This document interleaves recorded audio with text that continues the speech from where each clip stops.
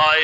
কিন্তু আমার আল্লাহ বলেন, বান্দা তুই জিনার গুনাহ করছো ধারা একটা, তুই মা বাবার সাথে বেয়াদবি করছো ধারা আলাদা, কিন্তু আমার মাওলার কাছে এই ধারা কিন্তু গণনা নাই।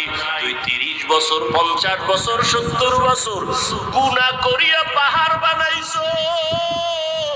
আরে বান্দা তুই যদি মাথা নত করিয়া একবার আমি আল্লাহকে আল্লাহ বলে ডাক দিয়া বলো, হে মালিক, আমার আমল নামায় গুনার গুনাহ, আমার গুনার কারণে হাত না পাক, আমার চোখ না পাক, আমার জিহ্বা না পাক, আমার অন্তর না পাক, আমার গুনার খবর আমার মা জানে না, আমার ভাই জানে না, আমার অপরাধের খবর আমার ঘরের কেউ জানে না। যদি আমার মা বাবায় জানতো আমি জিনা করি, আমার মা বাবায় লাথি মেরে তাড়ায় দিত। মা বাবা ভাই বোনেরা যদি জানতো আমি চুরি করি, আমার কেউ ভালো জানতো না। ও আল্লাহ, তুমি জানো, তুমি দেখছো, এরপরেও রাগ করিয়া পানি বন্ধ করো নাই, খানা বন্ধ করো নাই, গুনার কারণে রাগ করি আমার সম্মানের চেয়ার থেকে তুমি ফালাইয়া দাও নাই, গুনার কারণে তুমি রাগ করিয়া বাতাস বন্ধ করো নাই, গুনার কারণে বেজার হইয়া তুমি সূর্যের আলো চাঁদের আলো বন্ধ করো নাই।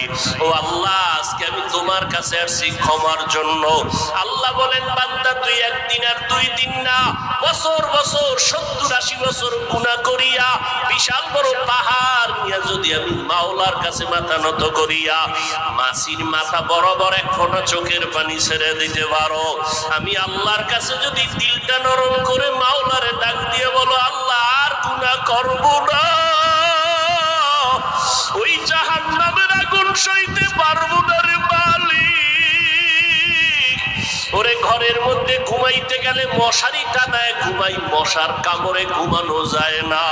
ও আল্লাহ, গুনাহ নিয়ে কবরে গেলে যে আযাব হবে সহ্য করতে পারবো না, কই পাবো মশারি? দুনিয়াতে সূর্যের গরম সইতে পারি না, রাতের বেলা সূর্য নাই তারপরও ঘাম আর গরম, ফ্যানের বাতাস দিয়াও আমার ঘাম কমে না, গরম কমে না। আর গুনাহগার হইয়া কবরে গেলে জাহান্নামের আগুন, ওই জাহান্নামের আগুন